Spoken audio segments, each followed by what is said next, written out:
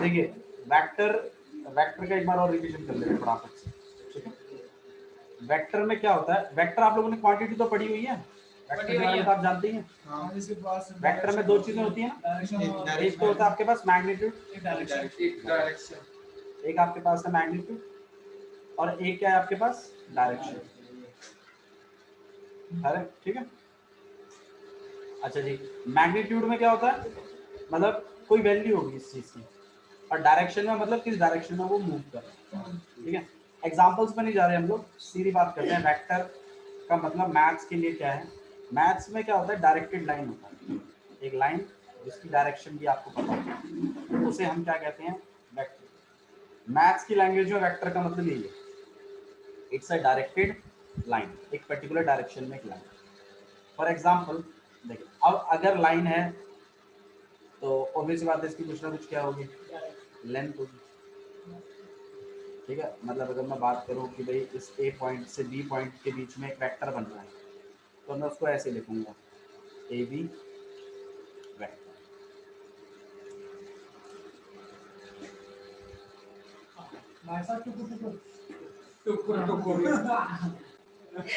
ठीक है, तो यहाँ ए हो गया और ये क्या हो गया, बी, और इनके बीच में एक वेक्टर तैयार हुआ। अब अगर मैं आपसे बोलूं कि इस ए बी वेक्टर का मुझे मैग्नीट्यूड निकाल के दें, मुझे क्या निकाल के दें, मैग्नीट्यूड।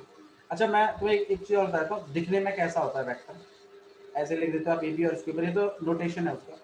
दिखने में आपका वेक्टर ऐसा होगा कि कोई वैल्यू होगी, उसके पीछे आई लगा होगा, और फिर बी होगा उसके पीछे उसको जे कैप, और एक सी होगा उसके पीछे, ठीक है सिक्कू, बहुत ही प्राइमरी लेवल से बता रहा हूँ, ठीक है, समझ ले ठीक से। ये ए बी वेक्टर है, तो यहाँ पर आपके पास एक ए बी वेक्टर हो गया, दिखने में ऐसा होता है, ए के साथ आई है, बी के साथ जे है, और फिर सी के साथ के। अब ये आई जे के क्या है उसके बारे में बाद में बात करेंगे, ठीक है। अभी फिलहाल इतना समझिए कि ऐसा दिखता है वेक्टर। अब अगर मैं इसका लेंथ निकालना चाहता हूँ, इसका मैग्नीट्यूड निकालना चाहता हूँ, तो मैं उस मैग्नीट्यूड का नोटेशन ऐसा होता है, ए बी वेक्टर लिख के और इधर एक लाइन लगा देते हैं और इधर एक लाइन लगा देते हैं, और निकालते कैसे, अंडर रूट लगाकर ये जो भी ए बी सी लिखे हुए हैं ना, इनके स्क्वायर कर देते हैं। एक डाउट भाई मेरा, वेक्टर तो ऐसे लगाएं, स्केलर भी ऐसे लिखें, स्केलर में आई जे के क्यों लिखेंगे, खाली वैल्यू आएगी ना स्केलर में, तो ये ठीक है। एक एग्जांपल ले लेते हैं इस पर, जैसे एक ए बी वेक्टर है आपके पास, मान लीजिए ऐसा है वो वेक्टर 2i प्लस 3j और प्लस के, कैप लगा देते हैं इनका। और अगर मुझे इसका मॉडुलस निकालना है तो मैं कैसे लिखूंगा इसको, ए बी और मॉडुलस लगा दूंगा, और यहाँ पे लिखूंगा मैं 2 का स्क्वायर, 3 का स्क्वायर और प्लस 1 का स्क्वायर, और ये हो जाएगा आपके पास 4 प्लस 9 प्लस 1, और यहाँ हो जाएगा अंडर रूट 40। तो ये आपके पास ए बी का मैग्नीट्यूड ही रहेगा, और ये अंडर रूट 40 आया, ठीक है। अच्छा जी, तो इस तरीके से आप किसी वेक्टर का क्या निकालते हैं, मैग्नीट्यूड निकालते हैं। क्या निकालते हैं, मैग्नीट्यूड। अच्छा जी, अब आई जे के की और बात कर लेते हैं, ठीक है। देखो जैसे ये आपके पास 3 एक्सेस थी, ये वाली जो एक्सेस होती है ये एक्स एक्सेस है, ये वाली हम वाई एक्सेस मानते हैं, और ये वाली हम जेड एक्सेस मानते हैं। आपका कोई भी वेक्टर होगा, कोई भी वेक्टर, वो इन तीनों एक्सेस के साथ कुछ ना कुछ एंगल क्रिएट जरूर करता है, ठीक है। जैसे ये आपके पास क्या हो गया, अल्फा एंगल हो गया, कोई एंगल बनाता है एक्स एक्सिस के साथ, मान लो ये अल्फा एंगल बनाता है। जैसे अगर मैं इसकी बात करूं तो आपको नॉर्मल उससे समझाता हूँ, 2D में आपने बहुत बार देखा, जैसे ऐसा रहता है ना एक्स एक्सिस और वाई एक्सिस, तो मान लीजिए अगर कोई लाइन अगर ऐसे जा रही है, तो वो एक्स एक्सिस के साथ अगर 30 डिग्री क्रिएट कर रही है, तो वाई एक्सिस के साथ कितना कर रही है, 60। कैसे निकाला आपने, ये टोटल 90 था, 30 है, ये वाला कितना हो जाएगा आपके पास, 60, ठीक है। तो मतलब यहाँ पे तो दो ही एक्सेस है, ये एक्स एक्सेस और ये वाई एक्सेस। 3D में क्या होता है, 3 एक्सेस काम करती हैं, एक्स एक्सेस, वाई एक्सेस और जेड एक्सेस। तो ऑब्वियसली बात है ये वाला जो आपका वेक्टर है ये कहीं ना कहीं आपका, ठीक है। ठीक है ये। अच्छा जी, तो ये आपके पास एक वेक्टर हो गया, मतलब ये एक एंगल हो गया, इस एंगल को हम अल्फा बुलाते हैं, वाई वाले को हम क्या बुलाते हैं, बीटा, और ये वाला जो एंगल होता है इसे हम बुलाते हैं गामा, ठीक है। अच्छा जी, अब एक चीज और ध्यान देना आप लोग, ये अल्फा, ये बीटा, ये गामा, दो चीजें होती हैं, एक होता है डायरेक्शन कोसाइन। मैं चाहता हूं आप इस बात को समझ लें, डायरेक्शन कोसाइन। डायरेक्शन कोसाइन का मतलब है, देखो ये 3 वैल्यूज होती हैं, एक एल, एक एम और एक एन, ठीक है। एन की वैल्यू निकालनी है तो आपको ये जो एक्स एक्सिस के साथ जो अल्फा क्रिएट हो रहा है ना, डायरेक्शन कोसाइन, सोचो ना कॉस, तो आप क्या कर दीजिए, इस अल्फा की कॉस की वैल्यू निकाल दीजिए, वो तो एल होता है, और जो वाई एक्सिस के साथ जो बीटा क्रिएट हो रहा है उसकी अगर कॉस की वैल्यू निकालें तो वो एम होता है, और अगर कॉस गामा मतलब जेड एक्सिस वाले अगर एंगल का अगर मैं कॉस निकाल देता हूँ तो उसको मैं एन कहता हूँ। ये L M N direction cosines कहलाते हैं, और हर वेक्टर के डायरेक्शन कोसाइंस होते हैं, लेकिन डायरेक्शन कोसाइन निकालने के लिए भैया एंगल पता होना चाहिए, एक्स एक्सिस के साथ कितना एंगल क्रिएट कर रहा है, वाई एक्सिस के साथ कितना एंगल क्रिएट कर रहा है, और जेड एक्सिस के साथ कितना एंगल क्रिएट कर रहा है, तो हम उस वेक्टर का क्या निकाल सकते हैं, डायरेक्शन कोसाइन। बोल भाई। ये मैं कह रहा हूँ cos और sin निकाल सकेंगे। नहीं, ये कॉस ही है। cos तो अलग हो गया। हाँ जी, ये कॉस ही चल रहा है। मैंने जब इसका बेसिक पढ़ाया था तो मैंने उस टाइम क्लियर किया था, अभी फिलहाल के लिए आप इतना समझो कॉस अल्फा ही लिखना है, ठीक है। कॉस बीटा ही लिखना है और कॉस गामा ही लिखना है अगर आपने डायरेक्शन कोसाइन निकालना है तो किसी वेक्टर का, ठीक है। एक तरीका तो ये है कि तुम्हें एक्स एक्सिस, वाई एक्सिस और जेड एक्सिस तीनों एक्सिस के साथ कितना कितना वो एंगल क्रिएट कर रहा है, जैसे मैंने तुम्हें बताया, जैसे ये वाला वेक्टर था मेरा, तो ये एक्स एक्सिस के साथ कुछ एंगल क्रिएट करेगा, बीटा के साथ कुछ करेगा, गामा के साथ कुछ करेगा, तो मैं इनके डायरेक्शन कोसाइंस निकाल सकता हूँ। कैसे, कॉस अल्फा, कॉस बीटा और कॉस गामा। तो मुझे मोटा मोटा हिसाब यहाँ पर ये समझ में आ रहा है कि भैया अगर डायरेक्शन कोसाइन निकालना है, अगर क्या निकालना है, डायरेक्शन कोसाइन, तो मुझे तीनों एक्सिस के साथ एंगल पता होना चाहिए। कुछ गलत कह रहा हूं तो बताइए, ठीक है आशीष? ओके, एक चीज और देख लीजिए कि भाई एक तरीका तो ये हो गया डायरेक्शन कोसाइन निकालना, ठीक है। अच्छा जी, एक तरीका और भी है, अभी फिलहाल के लिए ऐसा फॉर्मूला याद करो। अच्छा, एक फॉर्मूला और भी है इन्हीं डायरेक्शन कोसाइनों का। डायरेक्शन कोसाइनों का फॉर्मूला है L square plus M square plus equal to में। ये फॉर्मूला एक तरीके से ये लगा लीजिए, मतलब जीवन दान है अपना। मान लो कभी कभी क्या हुआ, तुम्हें एक वेक्टर का, हाँ मतलब एक्स एक्सिस के साथ एंगल दिया हुआ है, इसके साथ दिया हुआ है, इसके साथ नहीं दिया, इसके साथ पूछा है, तो आपको अगर इसके साथ पता है अल्फा, इसके साथ पता है बीटा और इसके साथ पता नहीं है, तो तुम क्या कर सकते हो, कॉस अल्फा निकाल कर एल निकाल लोगे, कॉस बीटा निकाल कर एम निकाल लोगे, लेकिन कॉस गामा तो पता ही नहीं, गामा तो पता ही नहीं तुम्हें, तो ये नहीं निकलेगा, तो ये एन ही चलेगा। इसकी कुछ वैल्यू होगी, मान लो यहाँ पर 1/2, अब स्क्वायर करके हाफ से ऊपर नहीं जाना चाहिए, 1 से ऊपर नहीं जाना, 1 के बराबर आना चाहिए, तो अब वो वैल्यू कभी भी 1 से बड़ी नहीं होगी, ठीक है। ऐसे ही एम है, मान लो ये भी कुछ होगी 1/3 मान लो, तो आप क्या करेंगे, इस वाले फॉर्मूले में लगा देंगे और आपको क्या मिल जाएगा, एन को अकेला कर दोगे तो एन मिल जाएगा कि नहीं मिल जाएगा, और एन मिलते ही कॉस गामा के इक्वल रख देना, फिर कॉस को इधर ले जाना, कॉस इनवर्स बना देना और गामा को अकेला कर देना, तो आपको जेड एक्सिस के साथ भी उस वेक्टर का क्या मिल जाएगा, एंगल मिल जाएगा। नहीं आ रहा साहिल, सच्ची बता, ये सब कंसेप्ट है, छोटी छोटी बातें हैं, ये सब पता होना चाहिए आपको वेक्टर पढ़ने से पहले, ठीक है। तो मतलब अगर किसी भी वेक्टर का डायरेक्शन कोसाइन निकालना है तो भैया तीनों एक्सिस के साथ एंगल पता होना चाहिए, और अगर 2 एक्सिस के साथ एंगल पता है और तीसरा हमें निकालना है तो इस वाले मेथड से हम तीसरे वाले को अकेला करके निकाल सकते हैं। रिंकी समझ में आ रहा है? दिख रहा है? हाँ सर, इसे बुलाया पक्का, इस तरफ आ जाए नहीं तो। ओके, ये क्लियर हो गया आपको? अच्छा जी, नेक्स्ट एक टॉपिक और देखो, यूनिट वेक्टर क्या होता है?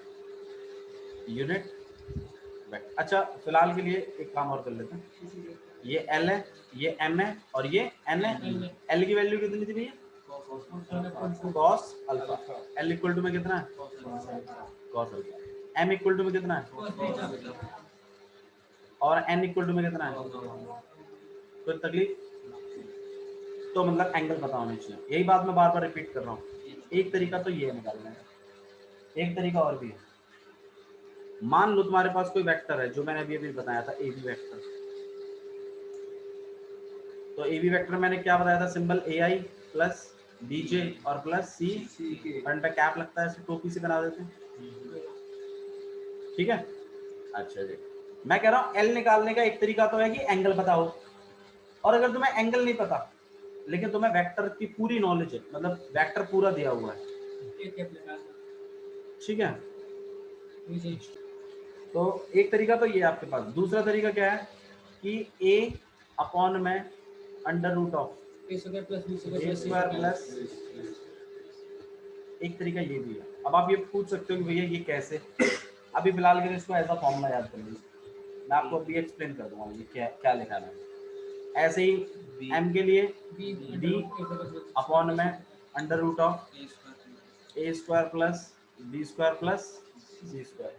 ऐसे ही इसके लिए c अपॉन में under root of A square plus B square plus, ये भी ऐसा फॉर्मूला ही है, फटाफट लिख लो इनको। देखो इन तीनों फॉर्मूलों की मदद से हम एक काम और भी कर सकते हैं।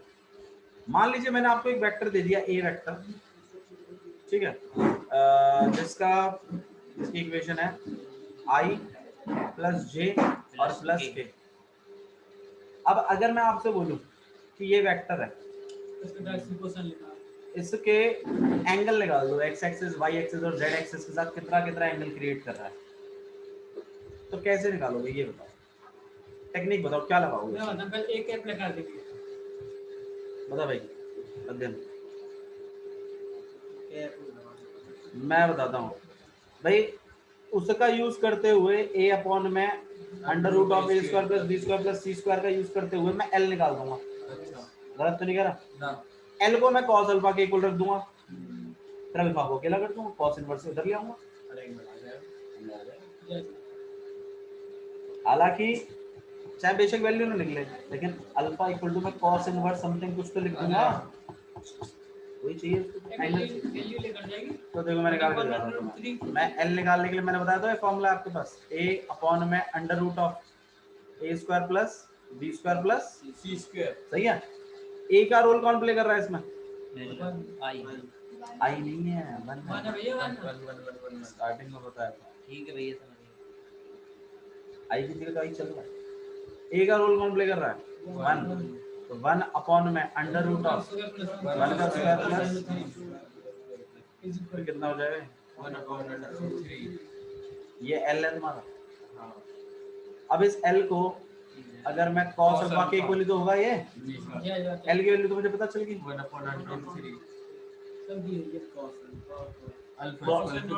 अल्फा इक्वल टू कितना हो जाएगा? ऐसे ही आप बीटा भी निकाल देंगे और ऐसे ही आप गामा भी निकाल देंगे, नहीं यार? तो अगर मैं तुम्हें कोई वेक्टर दे दूं, अब तुम मुझे बताओ, अगर मैं तुम्हें कोई वेक्टर दे दूं तो क्या तुम मुझे एक्स एक्सिस वाई एक्सिस और जेड एक्सिस के साथ एंगल निकाल के दे दोगे? दे देंगे। ए अपॉन में under root of A square plus B square plus C square से तो तुम एल निकाल दोगे, उसको cos अल्फा के इक्वल रख दोगे, एल को अकेला कर दोगे, नहीं है? ठीक है, ऐसे तुम बीटा भी निकाल लोगे, ऐसे तुम गामा भी निकाल लोगे, ठीक है? तो अगर मैं आपको बोलूं कि भाई मैं आपको एक वेक्टर दे दूं, मैं आपको बोलूं प्रूव करो कि ये तीनों एक्सिस के साथ इक्वली इंक्लाइंड कर रहा है, इक्वली इंक्लाइंड, इंक्लाइंड का मतलब होता है तीनों एक्सिस के साथ बराबर बराबर एंगल बना रहा है, एक ऐसा वेक्टर। तो मैं अगर आपको वैल्यू दे दूं, मान लो ए वेक्टर इक्वल टू, मैंने तो दे दिया यहाँ पे 2i प्लस 3j और माइनस के, ऐसा तो दे दिया। तो मैं तुम्हें बोला कि हाँ ये प्रूव करो कि ये इक्वल एंगल बना रहा है, तो तुम क्या करोगे?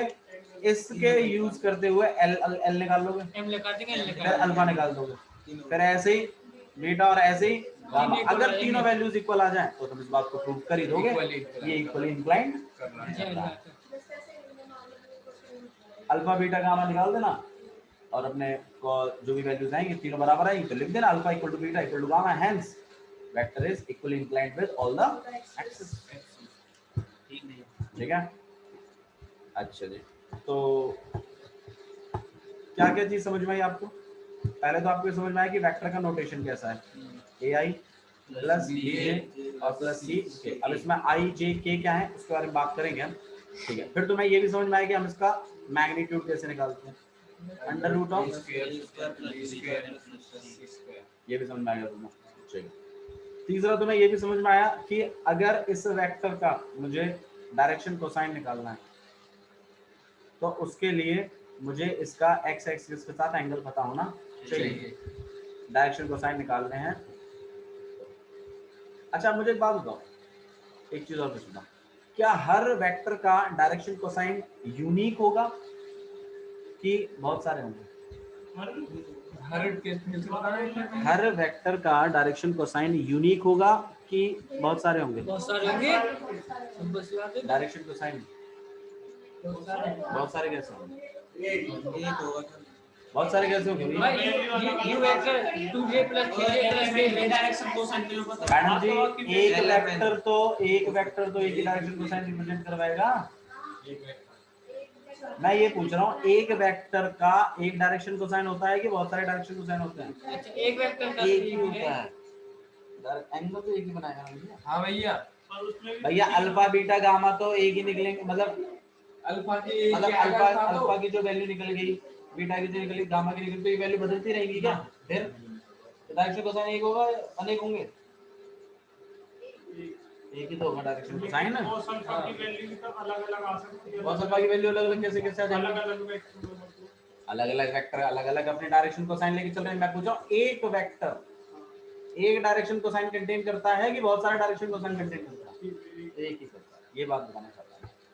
There is only one set of direction cosine of a vector. ठीक है, ठीक है, ओके। नेक्स्ट देखिए, अब आई जे के और समझ लेते हैं। आई जे के क्या है साहिल? डायरेक्शन के साइन को डायरेक्शन बताते किसी वेक्टर में। हां एक्स एक्स और वाई करेगा, इसके लिए ये करेगा ना। यूनिट पोजीशनिंग डायरेक्शन बताते हैं। या यूनिट का डायरेक्शन बता। अरे भैया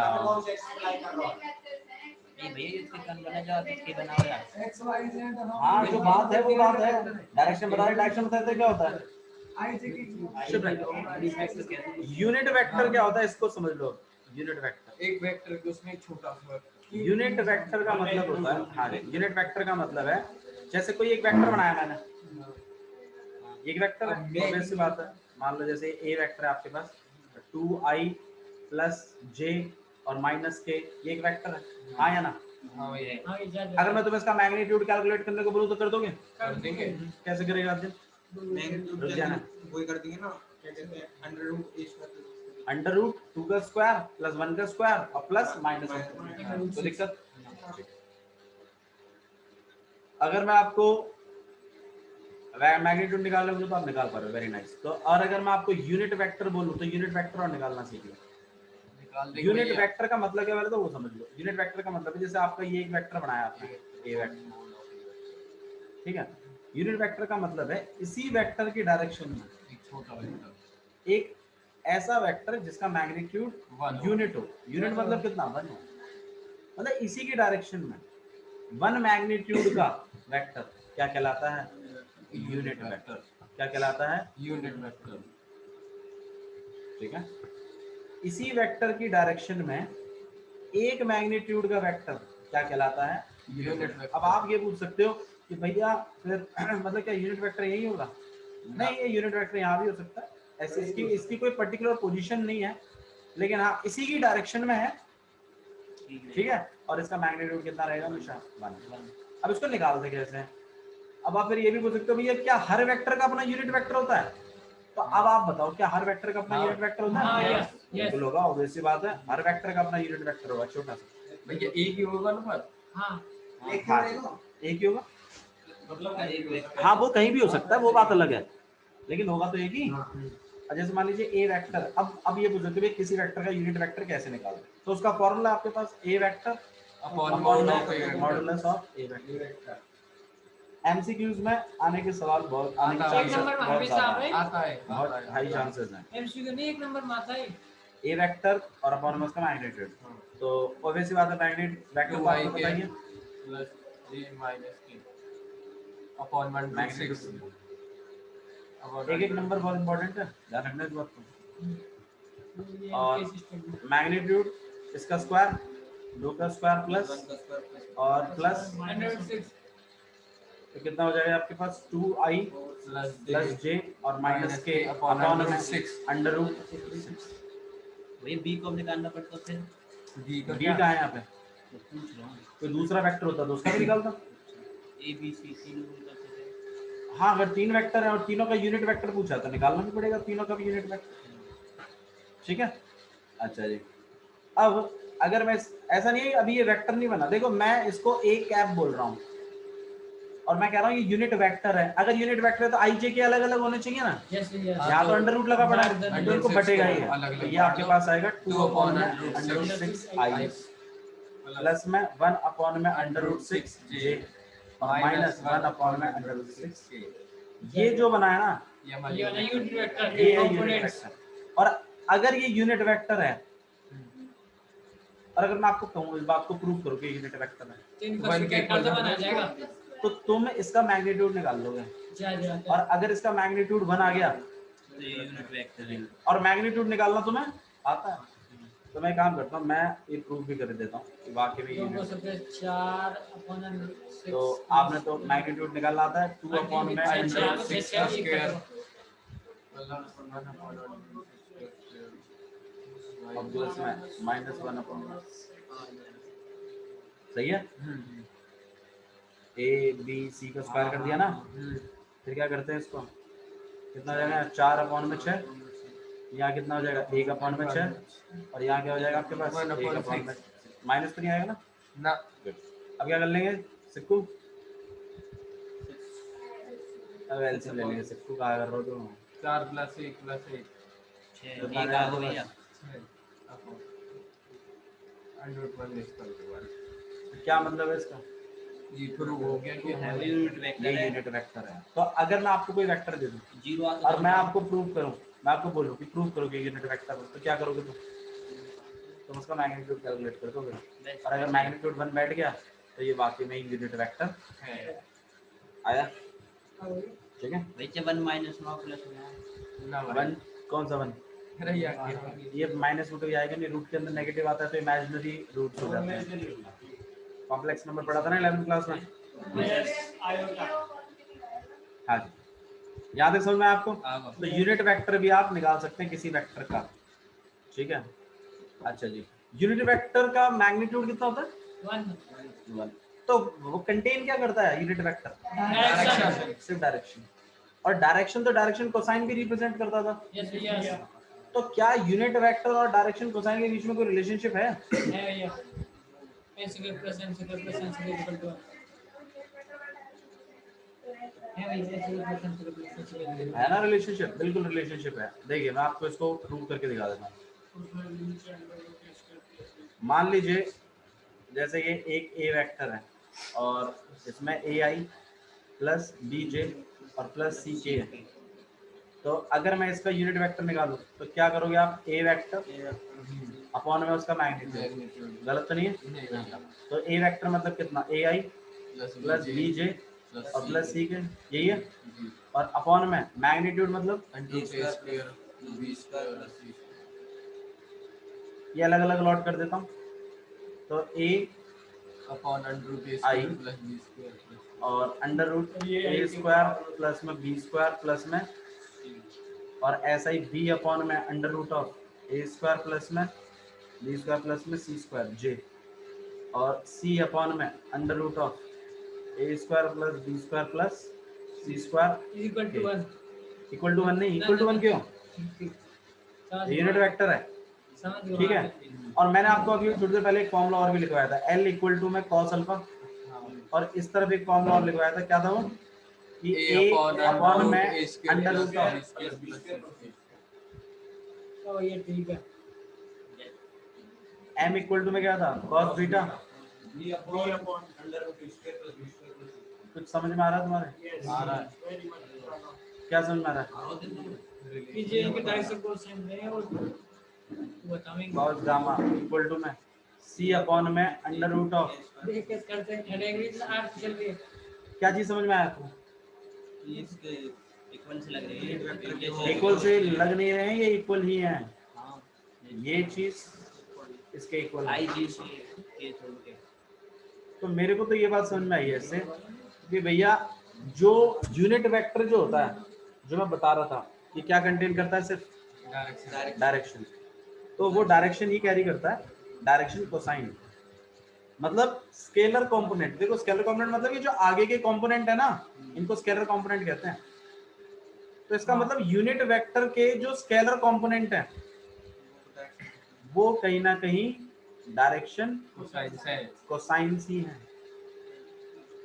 तो एक तरीका, अगर तुमसे किसी वेक्टर का डायरेक्शन कोसाइन पूछा गया है, तो एक तरीका तो ये है कि तुम ऐसे निकाल दो फॉर्मूले से, और दूसरा तरीका कि तुम उसका यूनिट वेक्टर निकाल दो, और उसके आगे के जो कोफिशिएंट्स होंगे आई जे के वही आपके क्या होंगे, डायरेक्शन LNM। ठीक है, ये बात पढ़ी हुई है आप लोगों ने पहले, तो बढ़िया, आपको बिल्कुल बढ़िया बहुत है। अच्छे से समझ में आ रही होगी ये बात। ठीक है, क्रॉस रह गया, डॉट रह गया, एडिशन रह गया। एक डाउट तो हो गई है मेरा। अब IIT लेवल में जाओगे तो ऐसा ही होगा ना। भैया We don't need to go into IIT भैया level। एक बात पूछूंगा आपसे, बिल्कुल बोलिए बाबू। हक है ना, ये दो वेक्टर है राखी मान मुझे हक है। ये दो पास लगावा क्या कर दे। अब एक चीज और देख लीजिए, देखिए मैं आपको फटाफट दिखाता हूँ दो वेक्टरों का डॉट कैसे करते हैं और दो वेक्टरों का क्रॉस कैसे करते हैं, क्योंकि मेरी एक्सपेक्टेशन है कि आपसे वो क्वेश्चन ये जरूर पूछेगा 2 नंबर में, ठीक है, या फिर 1 नंबर, मतलब मेरे को ऐसा लग रहा है 2 नंबर में आ जाएगा कुछ। जैसे मान लीजिए मैंने आपको 2 वेक्टर दे दिए, एक A वेक्टर है, ठीक है, 2i माइनस जे और प्लस k, और एक B वेक्टर है आपके पास, मान लीजिए i प्लस 2j और प्लस 3k। मैं आपको इनका डॉट भी करके दिखाऊंगा और मैं आपको इनका क्रॉस भी करके दिखाऊंगा। ठीक है, अच्छा जी, एक बात और ध्यान रखिएगा, ये जो डॉट प्रोडक्ट है ना, ये एक स्केलर क्वांटिटी है। स्केलर क्वांटिटी का मतलब क्या है कि ये आपको एक नंबर देगा, और ये जो क्रॉस है ये एक वेक्टर क्वांटिटी है। कैसी क्वांटिटी है? तो ये आपको एक वेक्टर प्रोड्यूस करेगा, ठीक है, ये एक नंबर देगा और ये आपको एक वेक्टर देगा, ठीक है। ठीक भैया। अच्छा जी, आइए सॉल्व करके देख लेते हैं। सॉल्व कैसे करेंगे? सॉल्व ऐसे करेंगे कि आप क्या लिखेंगे कि ऊपर तो आप लिखोगे i माइनस जे और k, ये अपने बाय डिफॉल्ट आप ऐसे ही लिखोगे, और जो इनके कोफिशिएंट्स हैं उनको लिख दोगे, 2 माइनस 1 और 1 और 1 जे माइनस 2 माइनस के चलेगा। हाँ भाई, हाँ जी, जो माइनस का चलेगा। आया? ये क्लियर है साहिल जी? फिर आप इनका डिटरमिनेंट सॉल्व करेंगे। डिटरमिनेंट कैसे करते थे? आई लिखते थे, फिर ये रो और ये कॉलम कट जाता था, ये पार्ट बच जाता था, -1 1 2 और 3। फिर आप इसको ले लोगे माइनस जे, फिर इस रो और इस कॉलम को गायब कर दोगे, 2 1 क्या बच 1 जाएगा? 1 2 1 1 ठीक है, फिर आपके पास बच जाएगा 2 1 1 और 3, और प्लस जी। फिर जो तीसरी वाली बात रहेगी, तो आप इस रो और इस कॉलम, इस रो को और इस कॉलम गायब कर देंगे, तो ये आपको बचेगा 2 minus 1 1 1। क्लियर है? हाँ, फिर आप इनके वैल्यूज को लिखेंगे यहाँ पर, ये कितना हो जाएगा आपके पास? i है, ये आपके पास हो जाएगा -3 -2, ठीक है। जी सर। यहाँ बच जाएगा आपके पास माइनस जे, ये हो जाएगा 3 to the 6 6 -1, ये हो जाएगा आपके पास k, और यार, 4 वैसे प्लस 1 बीच में माइनस आएगा, ये इससे मल्टीप्लाई हाँ पता है माइनस ये इससे मल्टीप्लाई, ठीक है। ठीक है भैया तो ये आपके पास आ जाएगा -6i 5 आएगा 5 आएगा भैया चलो कोई बात नहीं, कॉन्सेप्ट -5i और यहाँ पे -5j और +5k। अब मुझे गगन बताएगा कि क्या ये एक यूनिट वेक्टर है यूनिट वेक्टर कि नहीं है, वो तो चेक करना पड़ेगा, चेक कर मैग्नीट्यूड निकालना पड़ेगा। वैसे ये नहीं है। एक आया दूर अब मेरी बात सुनो, क्योंकि तुम -5 का स्क्वायर करो तो 25, हाँ, फिर इसका 25, 25 फिर 25, 125 ये तो 125 कॉन्सेप्ट चेक करो, कॉन्सेप्ट हरकत बन जाएगी, ठीक समझे है। ना अब मेरी बात सुनो आप। तो मैं बस ये चीज आपको बताना चाहता हूँ कि एक तो प्रोडक्ट कैसे निकालते हैं, ठीक है भैया क्रॉस प्रोडक्ट कहते हैं इसे, क्या कहते हैं, क्रॉस प्रोडक्ट। एक तरीका तो ये है। एक लास्ट चीज और है कि क्रॉस प्रोडक्ट से तुम्हें क्या मिलता है, एक वेक्टर बनता है। एक वेक्टर मिलता है।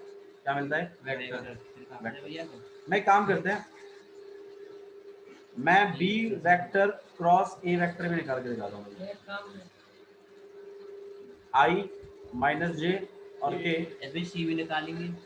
सी कहाँ है इसमें, दो ही तो वेक्टर हैं, दो वेक्टरों का क्रॉस कर रहा हूँ, दो तीसरा होता तब तो बात करते हैं उसके बारे में। लगभग पूछ रहा हूँ मैं तो। जब तीसरा वेक्टर है ही नहीं तो पूछ कर। ठीक है नहीं भाई वो अगर मान लो कोई आपको बी और सी वेक्टर देता और कहता है इनका क्रॉस करो, तो बिल्कुल करते, क्रॉस क्यों नहीं करते। मजे ले भी चीज मजे नहीं लेते बाबू, उसको डाउट ऐसे आते रहते। तो ए वेक्टर के कोफिशिएंट ये थे, बी के ये थे, तो मैं बी को ऊपर रखूंगा और ए को नीचे। तो 1 2 3 ऊपर रख देते हैं, 1 2 और 3, और ए के जो कि 2 -1 और 1 2 -1 और 1 है। मैं इसको और सॉल्व कर देता हूँ फटाफट। आई लिख दिया, हाँ भाई मल्टीप्लाई करना, 2 1 से 2 2 और -3 आएगा प्लस +3 5 रन को नहीं है, माइनस फिर -j, इसको इससे multiply 1 1 minus minus minus 5 plus और 5 फिर यहाँ के इससे इसको मल्टीप्लाई इसको minus five -1 आएगा। -4 माइनस क्यों आएगा भैया? माइनस आएगा भैया माइनस आएगा माइनस ही आएगा। ठीक है। तो यहाँ पे आएगा आपके पास 5i माइनस प्लस 5j और मतलब साइन माइनस चेंज है ना 5k। हाँ अच्छा, ये आपका B vector cross A vector है, ये A vector cross B vector है। तो इम्पैक्ट किस चीज का पड़ा साइन का। माइनस का। बाबू मैं जो बताना चाहता हूँ उस पर भी आप पहुंचे नहीं है, मैं आपको ये बता रहा हूँ, या नहीं ये भी एक वेक्टर डिनोट कर रहा है, हाँ लेकिन ये कौन सा वेक्टर है, ये भी सीधा जा रहा है, बोलता रहा उस डायरेक्शन में। हां ये उसके अपोजिट डायरेक्शन में भैया। वो बात तो सही कह रहे हो आप, बिल्कुल सही कह रहे हो आप। A vector cross B vector, ये भी सही बात है, पैरेलल है, लेकिन A vector cross B vector represent किसे कर रहा है भाई, देखो ए वेक्टर ये है और बी वेक्टर मान लीजिए यहाँ है, नॉर्मल वेक्टर तो आपका ये जो ए क्रॉस बी वेक्टर है ना, क्या देगा वो है? ये एक नॉर्मल एक ऐसा वेक्टर बना रहा है जो कि इन दोनों वेक्टरों के परपेंडिकुलर है। ठीक है तो ए वेक्टर क्रॉस बी वेक्टर को जब हम क्रॉस करते हैं तो आपको एक ऐसा वेक्टर मिलता है जो कि दोनों वेक्टरों के क्या है, परपेंडिकुलर है तो कभी हाँ, तो कभी कभी आपको क्वेश्चन, अब कभी कभी आपको क्वेश्चन ऐसे नहीं पूछता, वो क्वेश्चन ऐसा बोलता है एक ए वेक्टर दे देगा, एक बी वेक्टर दे देगा और बोलेगा एक ऐसा वेक्टर निकालो जो दोनों के परपेंडिकुलर है। तो तुम्हें वहां पे अपना दिमाग लगाना है उनका क्रॉस करा कि हमें इनका क्रॉस कराना है, 3D में यूज है वो। और 3D का बेसिक है ये। अच्छा जी, और मेरे को B vector cross A vector क्या दे रहा है, वो भी नॉर्मल दे रहा है लेकिन अपोजिट डायरेक्शन का वो। इसीलिए इनके साइन उल्टे हैं, ये ऊपर की तरफ जा रहा है वेक्टर और नीचे ये नीचे की तरफ, तो ऑब्वियस बात है डायरेक्शन अपोजिट होनी ही थी, पेन करते भाई नहीं है? तो ये एक बहुत अच्छा कंसेप्ट है, हां भाई ठीक है। और डॉट और देख लेते हैं, चलो एक काम करते हैं, डॉट कर ही लेते हैं। करो डॉट करो। डॉट देखिए, जैसे मान लीजिए एक ए वेक्टर है आपके पास और बी वेक्टर है, और अगर मैं इनका डॉट कर देता हूँ, काट दो। ठीक है, अगर मैं इनका क्या कर देता हूँ, डॉट करता हूँ, तो कैसे करते हैं वो देखिए। आप ऐसे लिखोगे 2i माइनस जे प्लस के डॉट और i प्लस 2j और प्लस 3k। और अगर आप इनका डॉट कर रहे हैं तो आप क्या करेंगे, i वाला i के साथ मल्टीप्लाई, जी वाला जे 2 into 1। के वाला आई कैट ठीक है, आप एक काम करो, इसको ऐसे कर लो, 2i इंटू में इंटू मतलब डॉट लिखिए i और माइनस जे डॉट 2j और k डॉट 3k। आई बनेगा 0 इनका i 1 बन जाता है, तो यहाँ पे 2 माइनस 2 प्लस 3 2 और प्लस 3। आपने कुछ नहीं करना, इनके नंबरों को मल्टीप्लाई कर दीजिए बस। चलो 2 into 1 2 minus 1 into 2 minus 2 1 into 3 3 2 से 2 हट जाएगा, आपके पास क्या बच गया, तो a डॉट b है। अच्छा b डॉट a और निकाल लेते हैं, b वेक्टर एक ही डॉट, बात आएगी I तो प्लस ऑब्वियस सी बात है i plus 2j plus 3k आगे आ जाएगा, और कहीं ना कहीं 2i minus j plus k पीछे आएगा। सही है, मैं मल्टीप्लाई कर रहा हूँ इनको, तो ये कितना हो जाएगा आपके पास 2, इसको इससे मल्टीप्लाई करिए, माइनस इससे मल्टीप्लाई करिए प्लस 3 ये सेट गया। क्या समझ में आया तुम्हारे? A dot B equal to ये बी है डॉट कि इसका डायरेक्शन से कोई मैटर नहीं है। डायरेक्शन में कोई मैटर नहीं करता, सीधे लिख लो, चौड़े लिख लो, बराबर है, very good. a vector dot b vector is equal to b vector dot A vector ठीक है। वेक्टर देखो, आपको वेक्टर चैप्टर ऑब्वियसली बात है, आपको आसान लगेगा और आसान है भी, आसान लगा ठीक है। और आसान इसलिए लग रहा है आपको क्योंकि आपका ये चैप्टर अच्छे से क्लियर है पहले ही, ठीक है। दिक्कत है 3D में, लेकिन उसके लिए इसका बेसिक चाहिए पहले, ठीक है। ठीक है भैया। तो चलिए आज के लिए इतना ही बहुत है। बात करके